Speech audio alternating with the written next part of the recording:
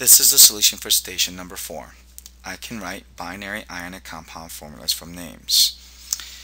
At this time, you may pause the video so that you can check your answers, or you may continue with this video to hear the individual explanations for each of the questions.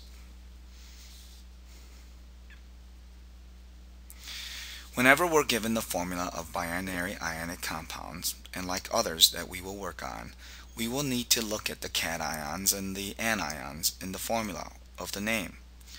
I will need to write down the individual ions, noting their charges, and afterwards combine the ions so that the overall charge equals to 0.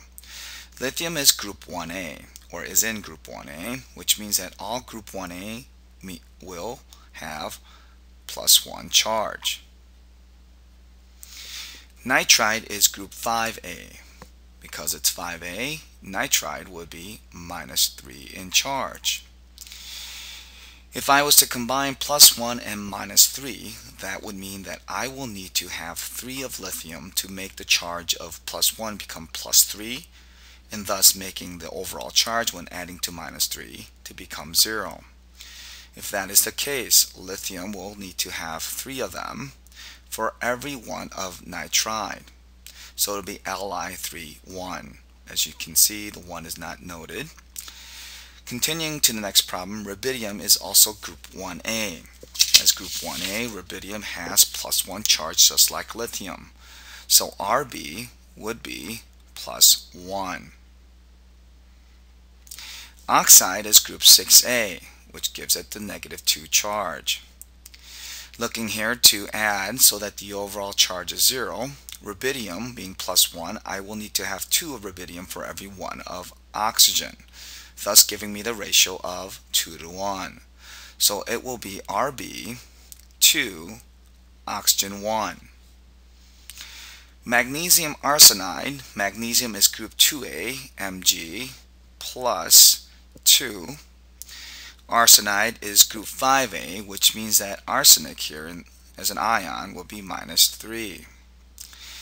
Now the goal here is to balance out the charge. As you can see, the 2 and -3 will not add to 0, nor can I increase one without the other.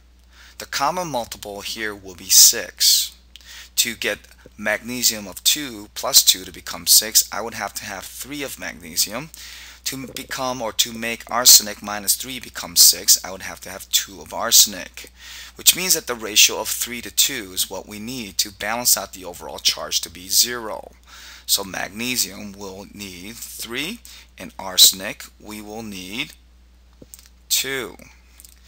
Another approach that we mentioned in our previous problems and stations and class discussions is that we can take the superscripts and do the switcheroonie method, where the power here of 3 minus just the 3 itself could become the subscript of magnesium, and the power of 2 or +2 charge, the 2 itself could be the subscript of arsenic, which if you switch, you still get the same results. Sodium fluoride, sodium is group 1A, so sodium has +1 charge. Fluorine is, or fluoride as an ion, has -1 as a group 7A ion. +1 and -1 gives me 1:1 ratio, so the formula in this case is NaF, and 1:1 will give me the net charge of 0.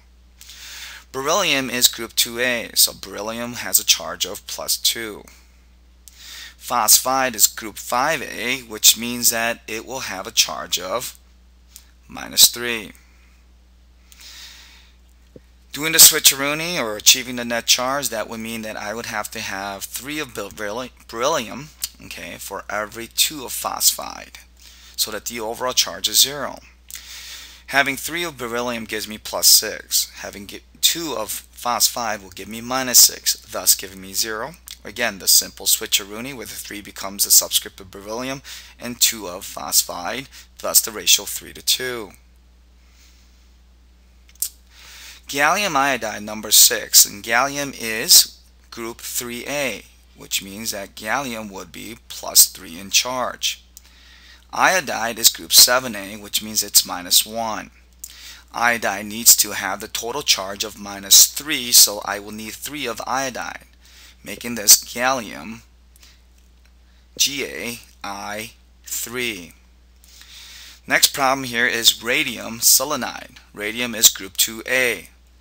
Radium thus will be +2. Selenium is group 6A, which makes it into -2 charge. +2 and -2 will give you 1-to-1 ratio, meaning they will cancel out to be 0 without increasing any of the two ions. So the formula here will be RaSe. Next problem, aluminum sulfide. Aluminum is group 3A, which means that aluminum as an ion will be +3 in charge. Sulfur sulfide is group 6A, making this -2. Using the Cicerone, that means that 2 will become the subscript of aluminum and 3 will be the subscript of sulfur. So this will be Al 2 sulfur 3. Potassium oxide is next. Potassium is group 1A, +1. Oxide is -2 as group 6A.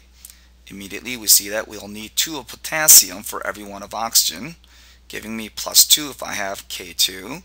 And for every 1 oxygen, which is -2, give me 0 charge. Cesium is group 1A once again, so cesium, just like potassium and others in group 1A, will be +1 charge. Telluride or tellurium is in group 6A, and just like oxygen, that would mean that it would have a -2 charge. To make the overall charge here equal to 0, that would mean that I would need 2 of cesium for every 1 tellurium. That concludes station number 4. If you have any questions, please raise your hand for further instructions and assistance.